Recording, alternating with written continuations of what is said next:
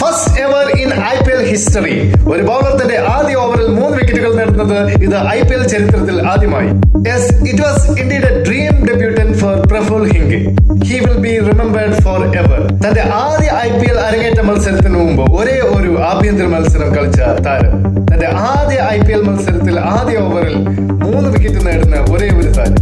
ഇങ്ങനെ ഒരുപാട് ബഹുമതികൾ കരസ്ഥമാക്കിയിരിക്കുകയാണ് പ്രഫുൽ ഹിംഗെ എന്ന 24-കാരൻ. Up in the air. What a start this is. Oh, another one. What a start this is. Praful Hinge. Picked up. No, it's three. It's three in the first over. 4 വിക്കറ്റുകൾ നേടി കളിയിലെ താരമായി. അതും IPL-ലെ wonder kid Vaibhav സൂര്യവംശിയുടെ അടക്കം 4 വിക്കറ്റുകൾ. ഈ മത്സരത്തിൽ എടുത്തു പറയേണ്ട മറ്റൊരു അരങ്ങേറ്റക്കാരൻ കൂടിയുണ്ട്, സക്കീബ് ഹുസൈൻ. തന്റെ 4 ഓവറിൽ 24 റൺസ് വഴങ്ങി 4 വിക്കറ്റ് എടുത്തതാണ്. Oh, we're having another one. Another debutant on debut picks up a wicket. Wicket. His persistence have paid off.